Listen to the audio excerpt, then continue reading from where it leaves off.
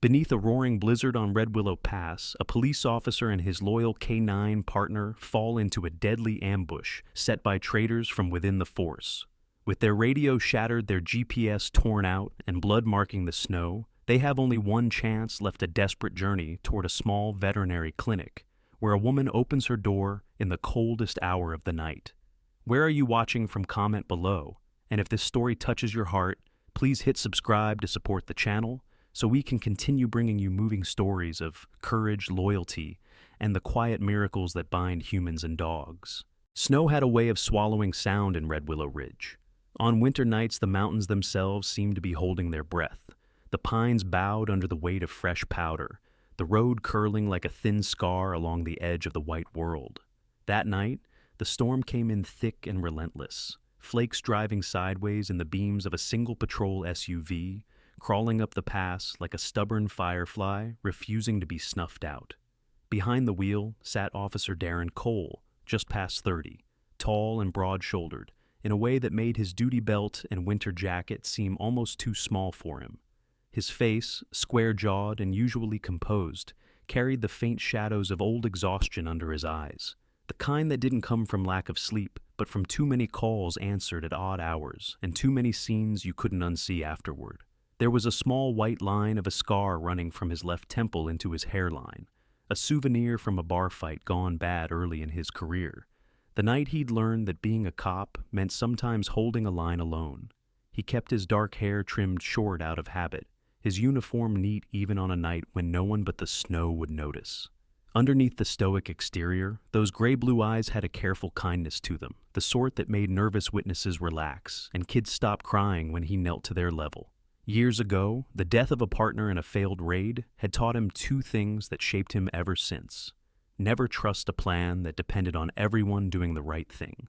And if someone had to bleed, he'd make sure it was him and not the people he was responsible for.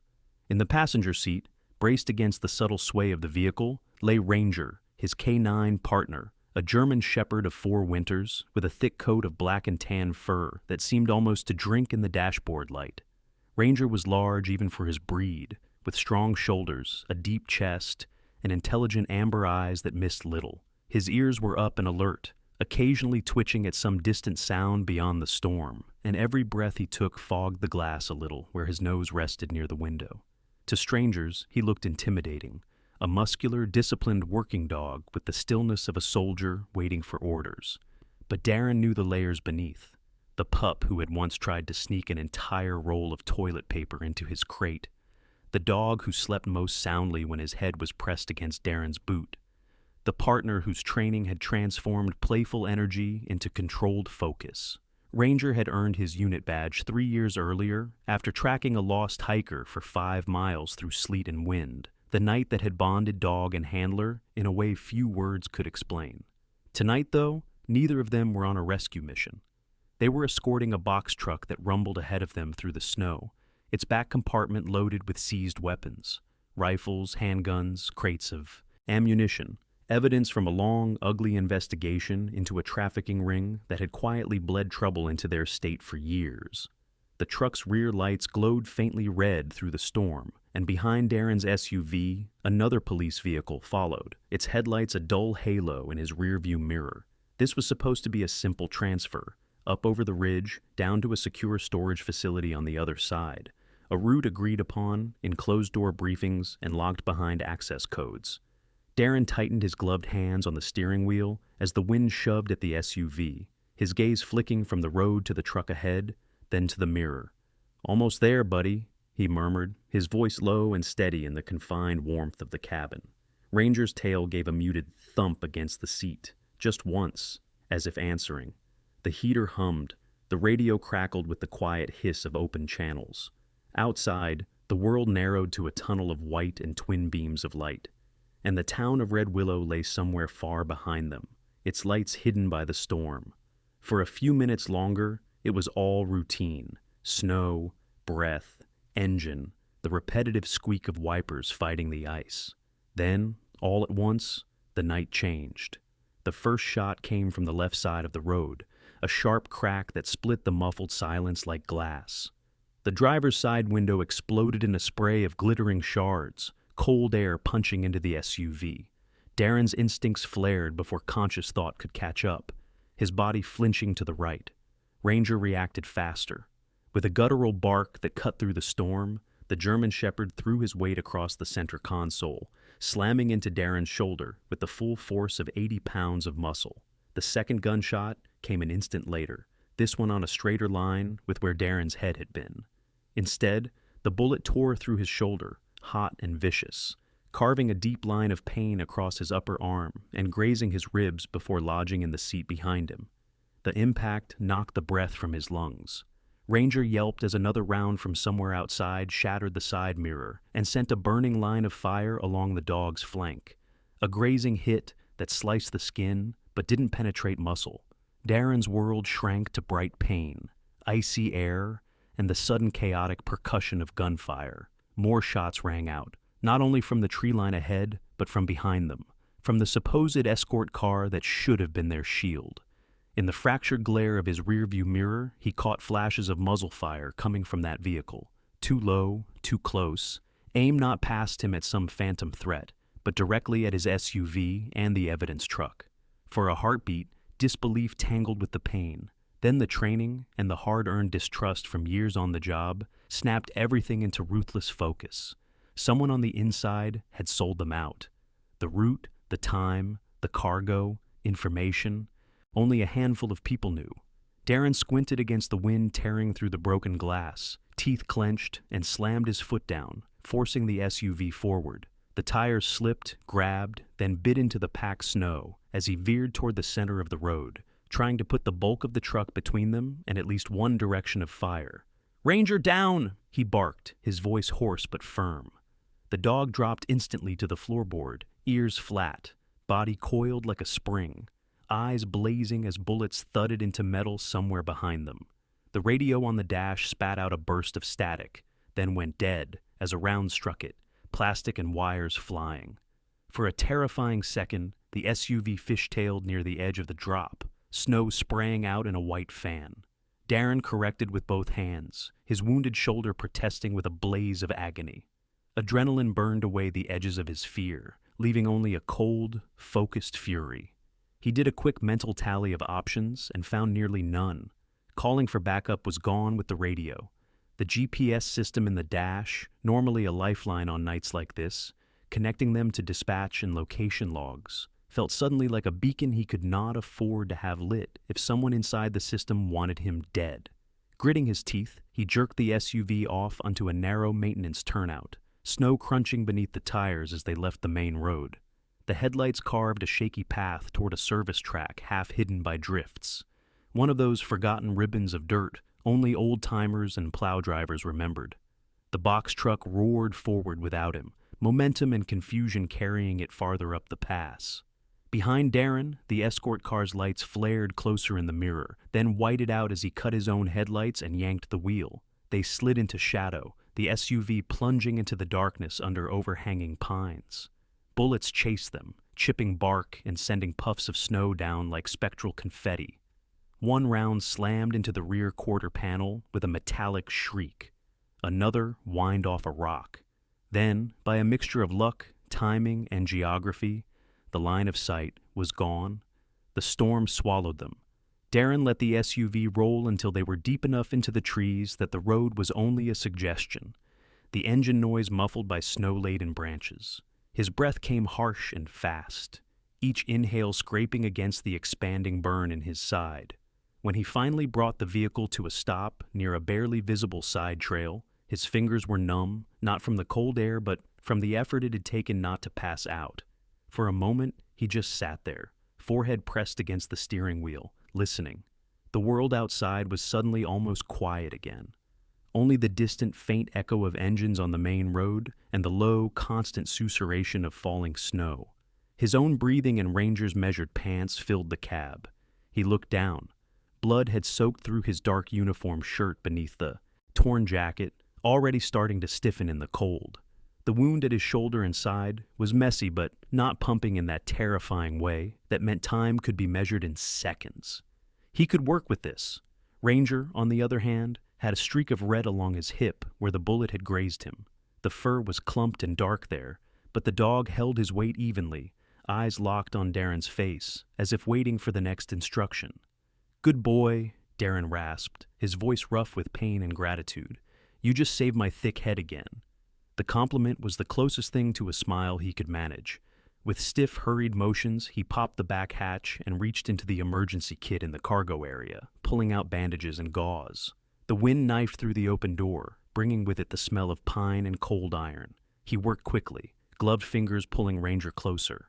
The dog endured his inspection with stoic patience, only flinching once when Darren cleaned the wound with antiseptic. "Shh, I know," he murmured, the words half comfort, half apology. "Just a scratch, you hear me? You're not allowed to check out on me." Under the layer of duty and urgency was something more personal, the memory of another night, another partner's blood on his hands, the ambulance too late. He would not live through that twice. When Ranger's flank was wrapped tightly, Darren pressed his own bandage against his shoulder and bound it as best he could, the movements clumsy but practiced. His fingers shook by the time he finished.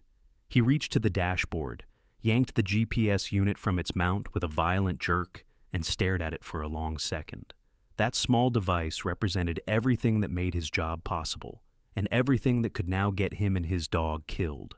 Somewhere inside the network of signals and screens, someone knew this route, this time, this transport. Someone had arranged for the ambush to be waiting, had known exactly where to aim. He didn't know who it was yet, but he knew this much. Any digital breadcrumb that said Officer Darren Cole is alive and here was a liability. With a bitter curse, he shoved open the driver's door, stepped into snow that swallowed his boots, and hurled the GPS unit down the slope. It tumbled end over end into the darkness, vanishing into drifts and shadows. The act felt both reckless and strangely liberating, as if he had cut himself loose from a rope that had turned into a noose. Back inside the SUV, the cold had crept into his bones. He knew he couldn't stay in the vehicle. If the traitors doubled back or spread out to search, a dark shape under the trees would be found sooner or later. He needed cover that wasn't on wheels, and he needed a place where someone could hold a needle steady and stitch fur and skin in more than improvised fashion. There were hospitals in the county, sure. There were clinics. There were other officers he might still trust. But every one of those places was plugged into the same grid, the same radio nets and logs that a dirty cop could monitor.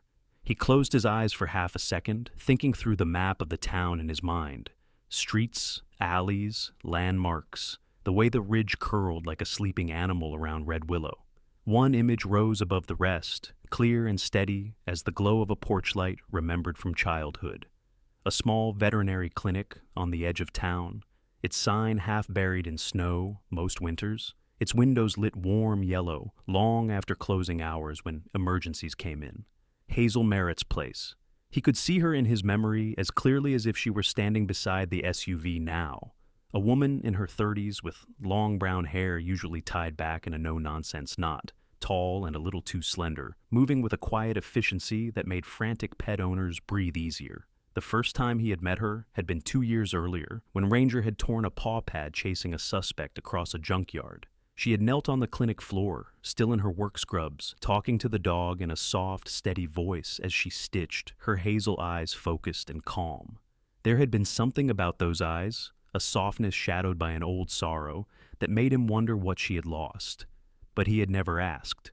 She had just patted Ranger's head, handed Darren a care sheet, and insisted he call if there was any sign of infection.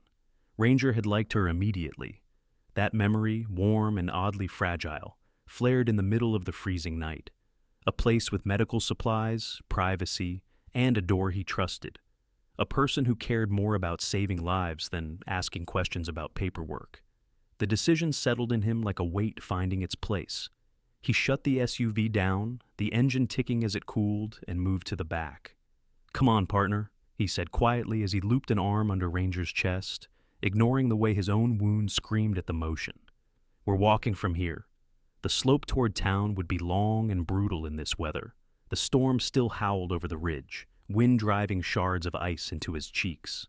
With Ranger cradled partly in his arms and partly walking, leaning against his leg to keep weight off his injured side, Darren stepped away from the safety of the vehicle and into the open spill of snow. Behind them, The SUV sat in the shadows under the trees, a silent shape slowly being reclaimed by the storm. Ahead, somewhere beyond the white curtain and the jagged silhouettes of pines, lay the faint promise of streetlights, a small clinic with its back door, and a woman with sad, steady eyes who might be the only person in Red Willow who could help them without getting them killed. Each step down the narrow, half-forgotten trail sent fresh fire through his side and shoulder. His breath came in visible bursts, his boots sinking and crunching, Ranger's paw prints staggering beside his. But he kept going, one careful, painful stride at a time, carrying not just his own life and his dog's, but the heavy knowledge that somewhere above them, on the ridge, men with guns and badges they didn't deserve were still hunting in the snow. He didn't know yet how deep the betrayal went or how close the danger would follow. He only knew this. If he could get Ranger through Hazel Merritt's door before the night tightened its noose around them, they might live long enough to find out. Snowflakes clung to Darren's eyelashes as he trudged through the final stretch of darkness, leading toward the outskirts of Red Willow, his breath harsh in his throat, one hand bracing Ranger's injured side. The storm howled like a choir of mourners overhead, but down at ground level, their world was narrowed to the crunch of snow beneath boots and paws and the faint glow of distant porch lights struggling against the blizzard. Red Willow wasn't a large town, just a scattering of homes threaded by narrow streets, a single diner with a flickering neon sign, the firehouse, and the veterinary clinic sitting just beyond the last turn of the road, like a quiet sentinel keeping watch over the town. And in that clinic stood Hazel Merritt. Hazel was a woman in her mid-30s with long brown hair that she often kept tied into a ponytail during late hours, but tonight it hung loosely past her shoulders, its ends brushing the collar of her blue sweater. She was tall and slender, with a posture that balanced clinic professionalism and a quiet gentleness that made injured animals lean toward her rather than away from her. Hazel's face was pale beneath soft amber lighting, her features calm but weighted with an invisible ache. Her eyes, Hazel, appropriately, held the distant sadness of someone who once screamed into a winter storm for help that never came. Years earlier, her younger brother Jonah had been caught in a sudden avalanche while hiking near Red Willow Ridge. They had found him too late, preserved in ice like something fragile and sacred. Since that day, Hazel's heart had been marked by winter, a longing to save every living creature she could reach in time, and a quiet guilt for the life she could not. At the moment Darren and Ranger reached the clinic's back door, Hazel was finishing the nightly paperwork. She wore jeans and worn brown boots, a stethoscope draped around her neck like an afterthought. She reached for the light switch when a faint knocking sounded at the rear entrance. 3 slow taps, followed by one shaky one. It wasn't the knock of someone delivering a parcel or asking for change. It was a knock that said, "Please, I have nowhere else." Hazel's instinct was immediate. She unlocked the door. The wind pushed it inward, and Darren nearly stumbled inside with Ranger. The sight froze Hazel in place for less than a second. Darren's face was pale beneath streaks of melted snow, his jacket torn, blood soaking through the fabric. Ranger's fur was stained dark along his flank, his breathing shallow but determined. Darren's voice was hoarse, barely more than a whisper, as he looked at Hazel with something raw and pleading. "Don't worry about me. Please, help Ranger first." Hazel reacted instantly, guiding them inside, kicking the door closed behind them. "Put him on the exam table," she instructed, her voice firm but soft, like someone who had learned long ago how to speak inside the eye of a storm. Darren. Half lifted, half slid Ranger onto the padded table, grunting with pain as he moved. Hazel flicked on the surgical lamp overhead, bathing the room in bright, sterile light. For the first time, Ranger lay still, not because of complacency, but because he had reached the limit of his strength. Hazel ran gentle hands over the dog's side, her touch sure and practiced despite the turmoil beneath the surface. She quickly identified the wound as a grazing bullet mark, not a deep penetration. "He's lucky," she murmured, then looked up and corrected herself. "You both are." Darren leaned against the adjacent counter, breathing heavily, his gloved hand pressed against his bloodied side. Hazel tossed him a look, not accusing, not fearful, but quietly assessing. "What happened?" Darren's jaw flexed. "Ambush, on Red Willow Pass. We were transporting weapons evidence. They came from both sides, and his eyes hardened with bitter clarity. The ones behind us were supposed to be protecting us. They weren't. Hazel felt a chill unrelated to Winter's breath. "You're saying someone in law enforcement set you up?" "At least one," he replied grimly. "Maybe more." She didn't push for names. She didn't ask for proof. She simply nodded, because a bleeding man and a wounded dog didn't stumble through a whiteout to a vet's back door for no reason. She focused on Ranger, cleaning the wound, stitching the torn flesh with steady, precise movements. Each time the needle bit, Ranger's ears flicked and his breath deepened, but he remained still, trusting both Hazel's touch and Darren's presence. Darren reached forward once to brush his hand over Ranger's head, his fingertips trembling. Only then did Hazel glance at his shoulder, blood soaking through a makeshift bandage. "You need treatment too," she murmured. Darren shook his head, stubborn out of habit. "Just a graze. Ranger took the worst." Hazel's eyebrow rose slightly. "You're leaking a small nation's worth of blood onto my floor, Darren." She reached for compresses and sterile saline. Darren tried to wave her off, but Hazel's tone shifted, gentle but unbendably firm. "Sit." Years of command presence from police life made him obey before he could argue. He sank onto a stool. Hazel carefully peeled away his bandage. Darren tried not to wince, but failed. "Sorry," Hazel said softly. He gave a weak chuckle. "Not your fault." She irrigated the wound, cleaned away clotted blood, then began to stitch. She had done similar on countless dogs, a few cats, even a goat once, but treating a wounded man was a different gravity. As she worked, Darren stared at the tiled floor, breath shallow. "If I check into a hospital," he muttered, "they'll know. Whoever's dirty, Trent, I'm almost sure, it'll get back to him. They'll finish the job." Hazel paused briefly. "Trent Harlow?" Darren nodded with quiet hatred. Hazel remembered him vaguely. An officer with a good reputation in town, bright smile, easy swagger. The kind of officer who flirted with nurses and waitresses. Not cruel, not obviously corrupt. But corruption seldom wore an obvious mask. Hazel did not tell Darren this, but inside she felt another shift, a cold, determined one. She finished stitching his wound, sterilized it, taped gauze in place. Then she went to the front of the clinic. She flipped off the exterior signage, closed blinds, and turned off all but the smallest interior lights. The building became a muted silhouette against the snow. "Just in case," she said. Darren gave her a grateful look. She came back just in time to see Ranger stirring and lifting his head slightly. Hazel placed a warm blanket over him. "He'll be all right," she reassured quietly. "But he needs rest, and so do you." Darren glanced toward the door. "We shouldn't stay here. They'll search local medical facilities, clinics, your place." "Let me worry about that," Hazel said. Then, after a moment, she added, "Actually, I know a place. My family owns a cabin up on the north slope. It's off the grid. No neighbors for half a mile. No view from the main road." Darren blinked slowly, absorbing the offer. Hazel continued, "We can get there if we take my SUV, four-wheel drive, and if anyone's following, they'll be looking for a police vehicle, not a vet's car." Darren hesitated, but Hazel already began gathering supplies. Pain meds for Ranger, antibiotics, bandages, syringes, saline, emergency kit. He whispered, "Hazel, I don't want to drag you into this." She met his eyes squarely.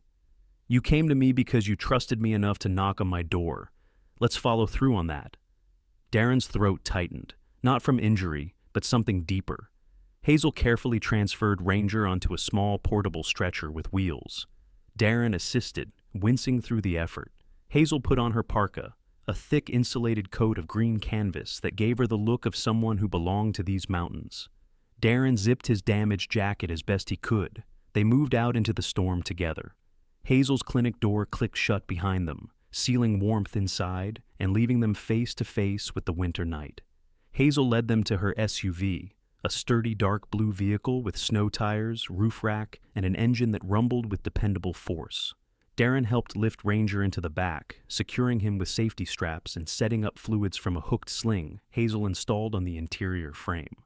Darren took his place in the back seat beside Ranger. Hazel slid into the driver's seat, hands steady on the wheel. With headlights dimmed to avoid drawing attention, she eased the SUV onto a side road rarely used at night. As they drove deeper into the storm, the town of Red Willow faded behind them. Hazel spoke quietly over the hum of tires and the thud of wind. "How close were they to killing you?" Darren stared out at the swirling snow. "Close enough that I'm still not sure they didn't plan for us to die on that mountain." Hazel did not respond, but her eyes hardened in the rearview mirror. Snow battered the windshield, flakes hissing against glass like whispered warnings. Inside the SUV, Ranger breathed slowly. Darren leaned back with exhaustion settling in, and Hazel guided them toward a hidden cabin somewhere at the edge of the storm's teeth. And though none of them said it aloud, each carried the same silent question. How far would the hunters go? And how soon would the storm turn from a shield into a trap? Snow hammered the windshield in sheets as Hazel guided the SUV off the main road and onto a barely visible forest track, known only to locals and hunters. The storm had thickened, turning Red Willow Ridge into a blank landscape of wind and shifting white. The headlights cast two narrow tunnels through the darkness, illuminating the thick trunks of pines and spruces towering on either side.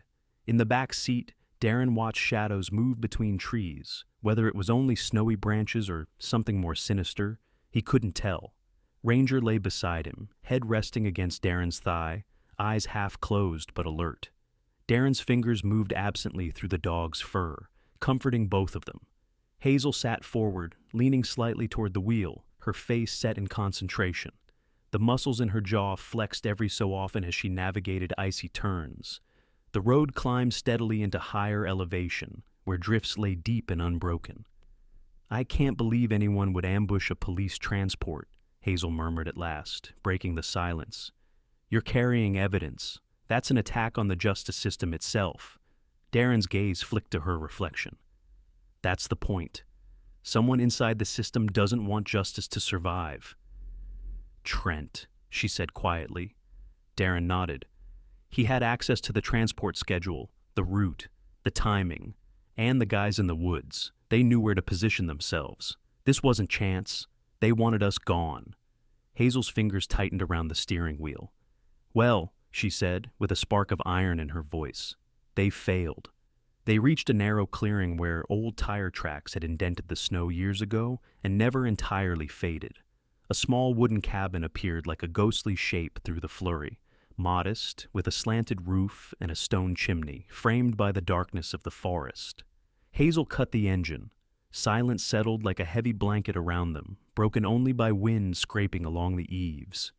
"We're here," Hazel whispered. Darren eased open the rear door and stepped into snow that came up nearly to his knees. Hazel hurried around to help unload Ranger, who whimpered softly as they lifted him. "Almost there, boy," Darren told him. "Just a bit further." The cabin door creaked open beneath Hazel's key. Inside, the air was bitterly cold, but the space was dry. Wooden walls paneled in knotted pine, a stone fireplace, simple furniture, a coil rug on the floor, and a lamp Hazel lit with a match. The warm amber glow transformed the room from abandoned to welcoming. Darren lowered Ranger onto a large quilt Hazel laid by the fire. While Darren set to work placing logs into the fireplace, Hazel rummaged for a lighter and fluid. Darren struck the spark, and flames surged upward, licking warmth into every corner. Hazel stayed near Ranger, checking his vitals, adjusting his bandage. Under her breath, she murmured soothingly, "You're going to be fine, Ranger. I've got you." The dog's ears flicked in acknowledgement. Darren set aside his duty jacket, revealing a second layer beneath, one that was bloodied but intact enough. He moved stiffly, wincing each time his shoulder tugged his stitches. Hazel shot him a stern look. "Sit." Darren raised a brow. "You already gave me that command once." "And I'll keep giving it until you listen," she replied. He sat, on the quilt beside Ranger. Hazel rolled her eyes but took it as victory. For a fleeting moment, the cabin felt like refuge. 3 souls warming beside the fire, safe from the storm. But refuge was no longer a luxury Darren trusted. He leaned forward, studying Hazel's face in the flickering light. "Hazel, what I'm asking you to do, it isn't fair." Hazel set aside her stethoscope and looked directly at him. What you're asking me to do is help two living beings who would have died tonight if I ignored that knock. I'll carry that. He swallowed, voice thick. I don't want you hurt because of this. Hazel's expression softened, but held strength. Darren, I already know loss. I'm not afraid of the cost of helping someone. A quiet moment passed, the kind that changes everything without needing sound. Outside, the wind howled like something ancient and unforgiving, clawing at the cabin. Inside, the air was still, heavy with emotion. Darren stared at the fire. Hazel, I don't know how deep this goes, or how many people might be looking for us. If Trent mobilizes resources, she interrupted. He'll start at the clinic. He might check your house, the precinct. But this cabin, it's been off the map for years. It won't show up in system logs. She rose and disappeared into a small side room, returning with a medical bag, a heavy blanket, and an insulated canteen. I'm not going to leave you here to bleed or freeze. If they come, we'll figure it out together. Darren smiled faintly, almost painfully. You're braver than most cops I know. Hazel shrugged. Maybe I just learned to stop running from storms.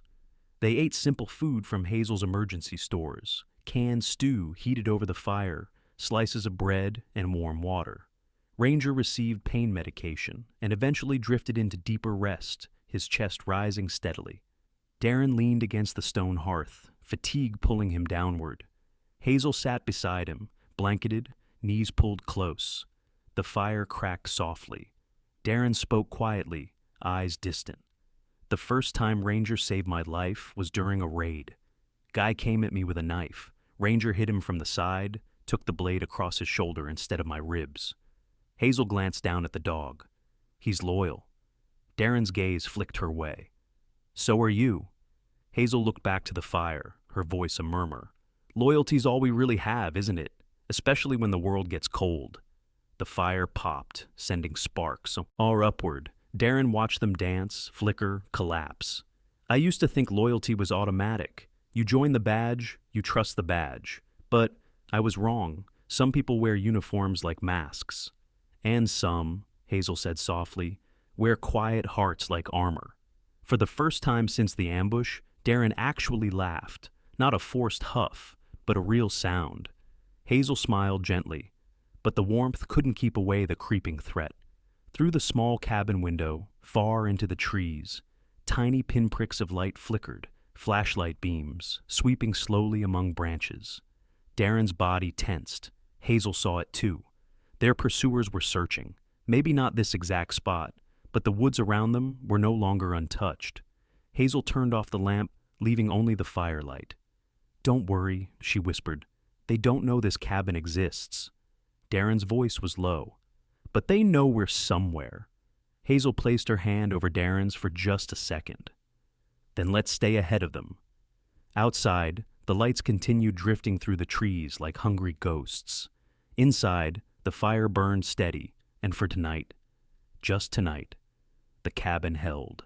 The fire in the cabin had burned down to a bed of glowing coals, spreading amber veins beneath a layer of ash.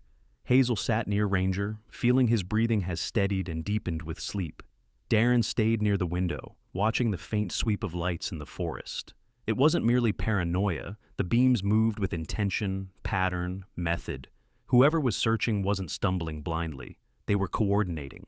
Darren's instincts tightened. Hazel approached him quietly. You think they'll find us? Darren's answer came after a long pause. They're too close for comfort. They may not know exactly where we are, but they know we didn't go to ground the obvious places.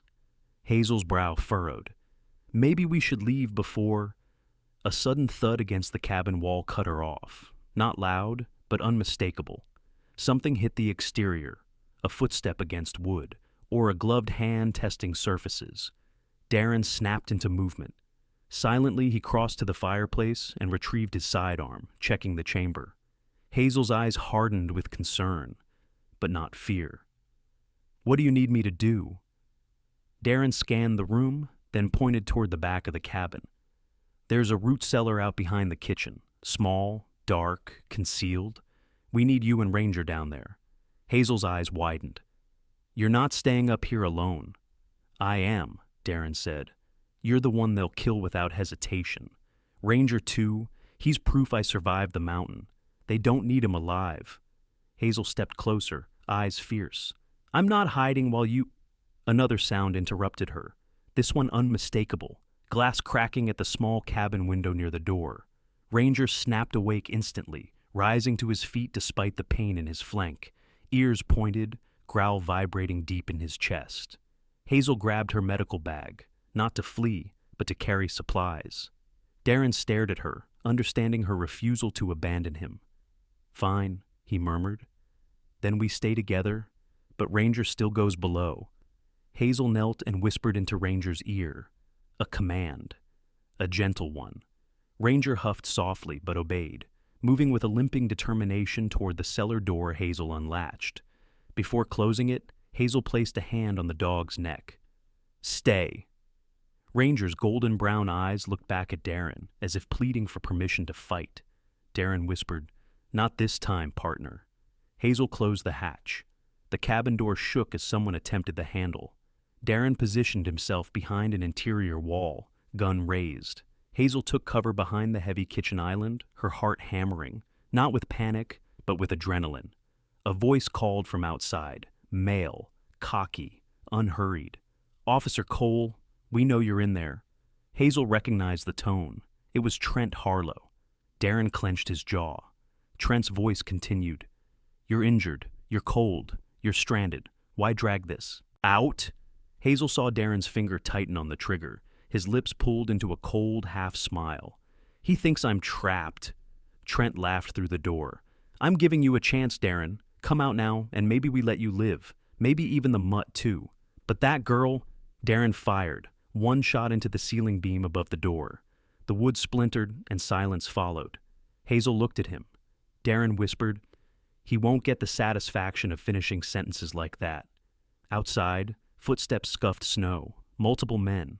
They were spreading out, circling the cabin. The storm raged harder, wind slamming at the windows, gusts screaming through cracks. Hazel stayed low, calling quietly. How many do you think? Darren shook his head. Trent for sure, probably 3 or 4 others. Hazel's voice went hard. We can't win a shootout against 5 armed men. We don't need to win, Darren said. We just need to survive until... A sound split the sky, faint at first, like distant thunder. Hazel frowned. Until... What? Darren's eyes lifted. Until Lucas finds us. The overhead rotor thunder rolled louder, the unmistakable chop of helicopter blades. Hazel's eyes widened. Darren exhaled through clenched teeth. He must have followed the ballistic reports from the ridge and the emergency beacon before the radio died. Trent's enraged voice bellowed, Down! Everybody down! Hazed lights erupted as the helicopter's search beam cut through the snowstorm like a divine sword. The forest lit up, trunks, branches, fleeing men, all caught in blinding illumination. Through the small window, Darren glimpsed armed figures scrambling, and the helicopter's loudspeaker boomed, Federal agents! Drop your weapons! Gunfire erupted in chaotic pops, short controlled bursts. Darren stood from cover, signaling Hazel to stay put. He braced himself near the door, then pulled it open a crack. Outside, the night was a maelstrom of motion. Federal agents advancing through trees, flashlights blasting through snow, shouting commands. Trent was cursing, sprinting for cover. But the snow betrayed speed. Darren stepped outside, raising his hands, not in surrender, but for visibility. Darren Cole, he shouted over the wind. Injured officer, inside cabin. One of the agents spotted him. Cole, stay where you are. Med team incoming. Darren turned back toward Hazel. We made it. Hazel stepped out beside him, the storm biting at her cheeks. Agents swarmed the clearing. 2 of them pressed Trent into the snow, handcuffing him. One agent knelt to Darren's side, applying pressure bandages. Hazel squeezed Darren's hand. Is it over? Darren looked into the storm, where the last echoes of conflict were fading. Not over, he murmured, but the tide turned. Soon more agents entered the cabin, clearing rooms, confirming safety. Hazel hurried to the cellar and opened it. Ranger bounded out, limping but determined, straight to Darren. Darren knelt, wincing, and wrapped an arm around him. Good boy.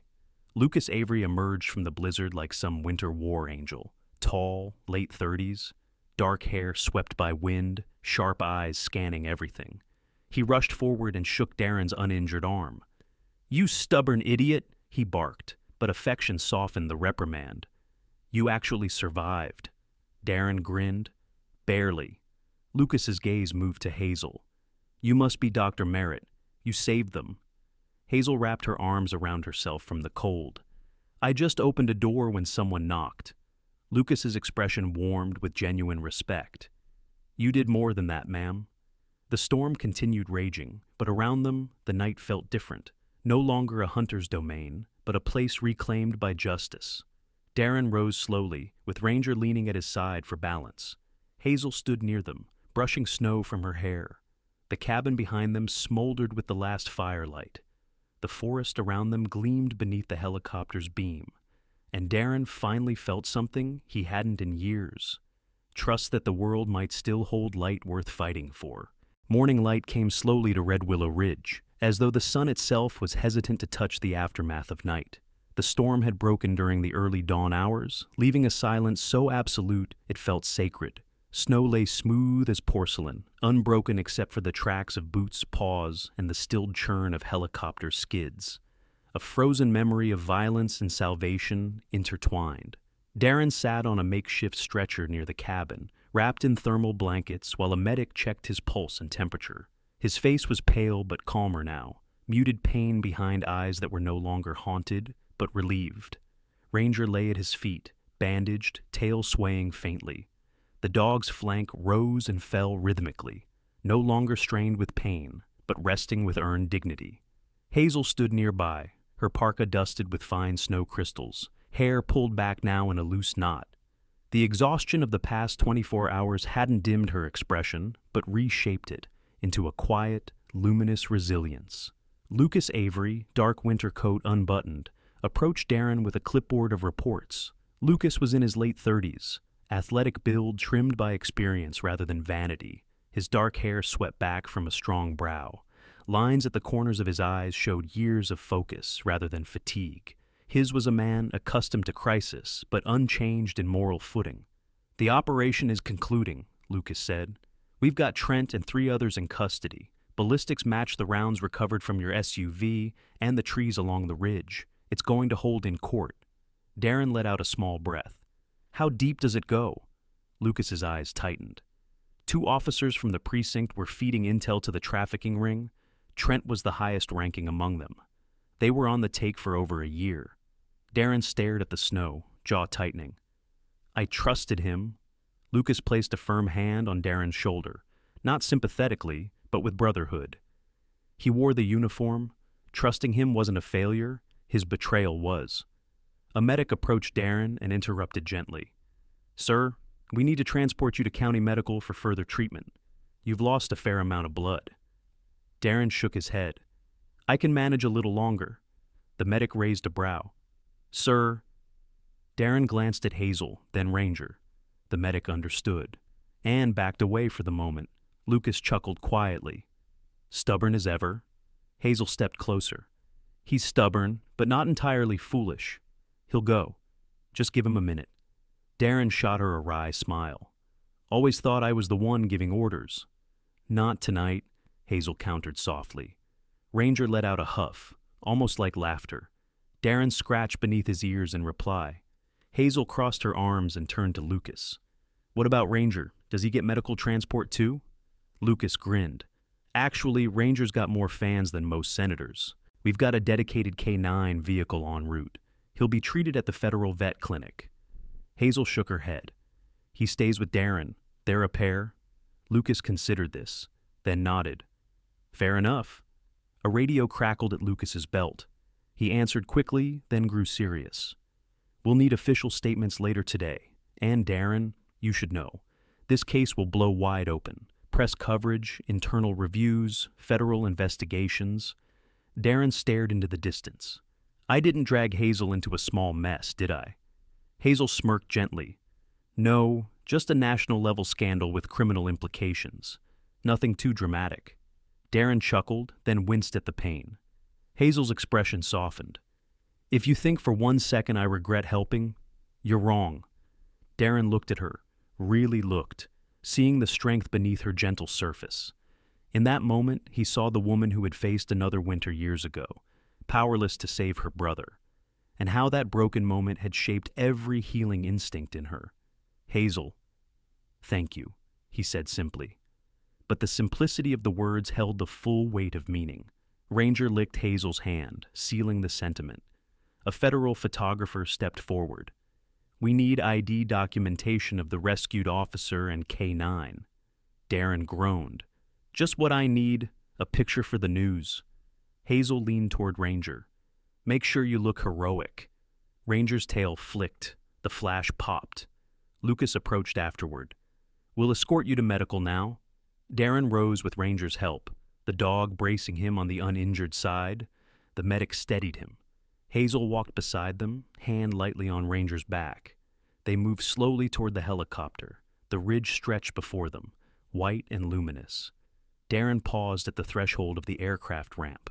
He turned back, gaze traveling from the battered cabin to the evergreen forest, to the woman who opened her door to bleeding strangers. "Hazel," he said, "when this is over, I'm coming back to Red Willow." Hazel smiled softly. "Red Willow will still be here when you do." Ranger barked once, a compact, decisive sound, as if confirming the pledge. Lucas ushered them into the helicopter, the door sealed. The blades accelerated, kicking snow outward in a swirling vortex. Hazel watched with one arm shielding her eyes.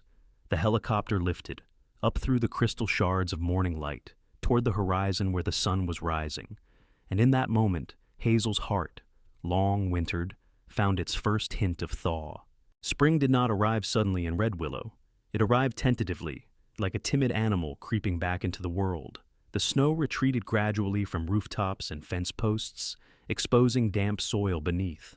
Drips fell from the eaves of houses like soft percussion. Patches of green pierced through the thawing white. The ridge that once echoed with gunfire now lay quiet, its pines breathing in sunlight instead of sheltering shadows. 2 months had passed since the night of the ambush. Enough time for wounds to knit flesh, enough time for scars to declare themselves, enough time for the world, and for Darren, to change. Darren Cole walked down Birchwood Lane with a careful stride. He no longer wore the uniform of Red Willow Police.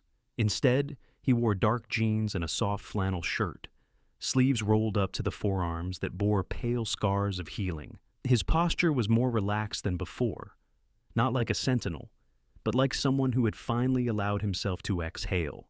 But his eyes, those gray-blue eyes, still held the quiet vigilance of someone who had seen violence in the snow, and who now chose peace because he understood its rarity.